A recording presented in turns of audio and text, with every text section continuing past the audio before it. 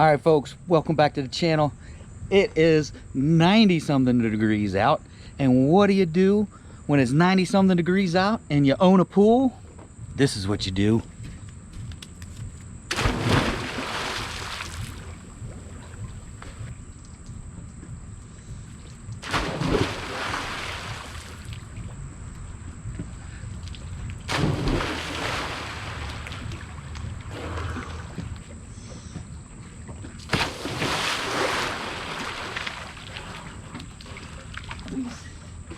Watch out.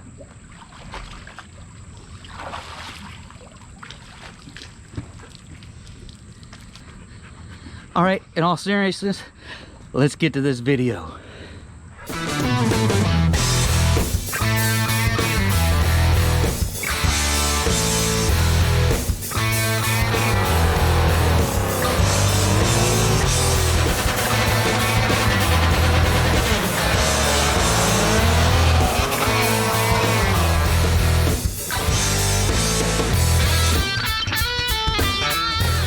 All right, folks, you've seen what I do when it's 90 something degrees out. We get out here, we hit the pool, but whew, I'm a little out of breath. But this video, you saw it in the title. You didn't see it in that intro because I didn't put it in there. But we're gonna talk about 3, I'll put air quotes, performance modifications that you shouldn't do. Haha. So let's get right into it. The first one, I'm probably gonna take some flack for,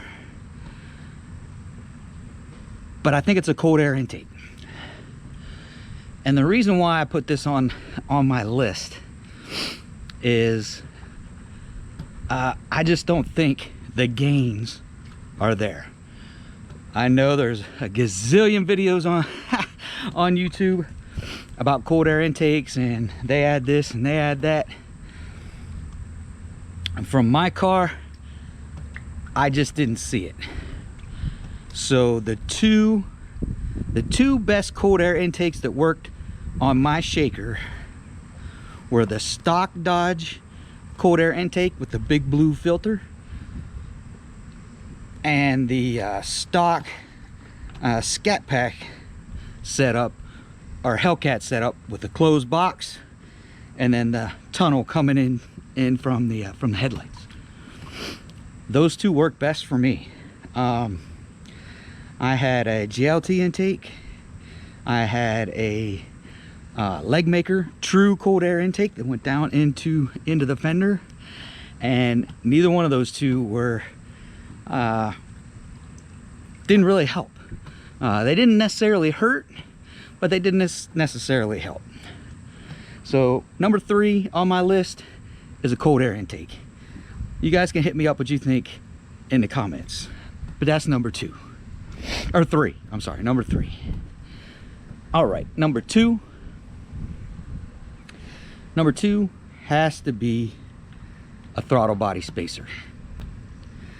I know there's videos on YouTube that throttle body spacers help. I just don't see it. I really don't. I've tried a throttle body spacer as well. Not saying that it hurt, but it definitely didn't help. All right, I'll put it to you this way. Track wise, these didn't help. Power wise and dyno wise, you know, maybe you get a couple horsepower out of them. I mean, the cold air intake, you know, they say what, 10 to 15, if that, 8, some of them. That's just not gonna help you at the track. Throttle body spacer, a couple, maybe a couple, if that.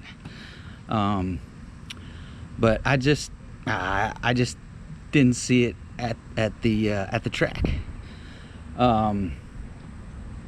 And the third, and technically this isn't a performance mod anyway, but it's throttle response gadgets. Gadgets is a negative term. I don't want to say gadgets. Throttle body response boosters, I'll call them. So things Things like the pedal commander. This is number 1. Did I say number 3? It's number 1. Things like the pedal commander, sprint booster, roar pedal. Golly, I can't think of. There's so many of them out there. Now, I'm not going to sit here and say they don't work. They do what they're advertised that they will do. They do increase your throttle body response. Does that equate to better times at the track? 60 foot, 0 to 60, any of those numbers? Absolutely not.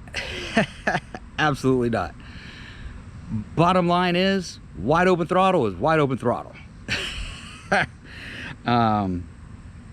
You know, when you mash the gas, that thing's gonna open up all the way just as fast as it would with throttle body response. Now, in short little bursts, you can definitely feel it, right? It's gonna make your car feel faster and feel more powerful, but it's not. And they'll tell you this. They are not a performance modification. They are not a power adder. They don't add horsepower. They don't add torque. They don't add any of that. I did a whole video on them. You can go back and take a look. But, you know, once you get into, you know, if you're going to keep your car stock, those things are great. But if you're going to begin to modify your car, the tuner can turn up your throttle response, not quite as fast as those, but they can turn up the throttle response where it's pretty close. So I really think, you know, if you're going in the mod route, number 1 on the list is those throttle response mechanisms. They just don't do anything when it comes to the track. And you guys know me, I'm all about the track. But you know, we're out here. It's super hot. All right, next thing I wanted to talk about real quick is an update on the future of shake and bake. So you've heard me say it numerous times on a number of different videos that we got a donor engine.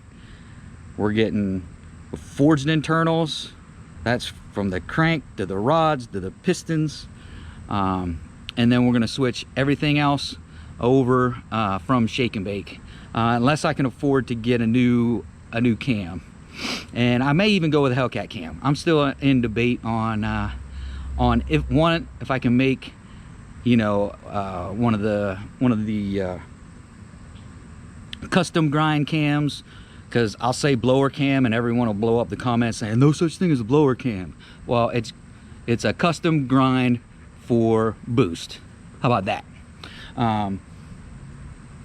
So, you know, depending on whether I can save up for one of those, or I may just go with the Hellcat cam, which is like 200 bucks compared to, you know, a custom grind cam, which can go into, you know, 500, 600, 700 bucks.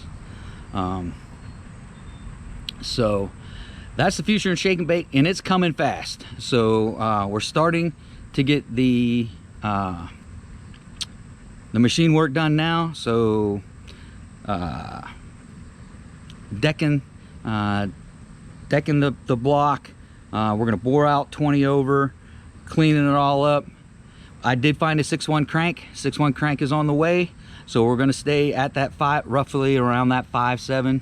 It'll be 345, anywhere from 345 to 354. I forget what 20 over comes to when it comes to CCs.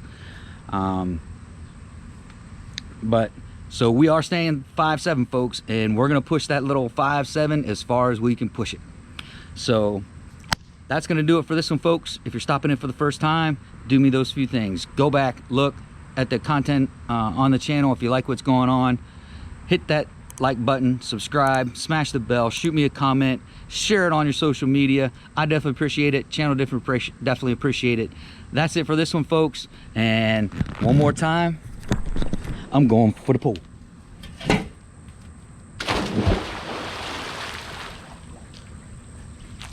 Until next time, adios.